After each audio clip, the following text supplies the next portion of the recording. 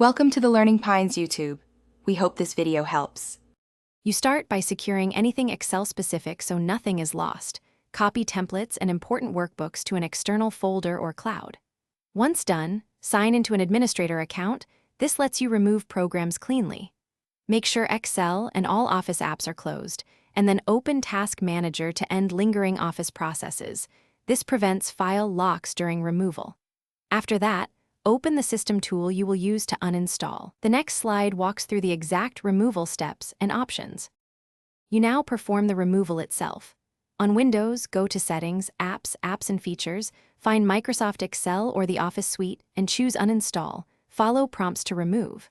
On Mac OS, open Finder, drag Microsoft Excel or the Office folder to Trash, then empty Trash, and sign out of Office in Preferences if prompted.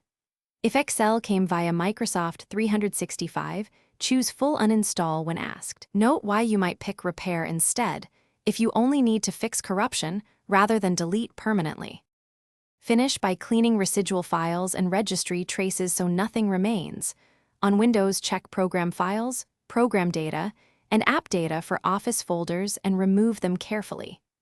Once done, sign out of your Microsoft account, and if you are giving away the laptop, revoke device access. If something goes wrong, for example, Excel still appears or activation errors show, run the official Office uninstall support tool on Windows or reinstall, then uninstall again.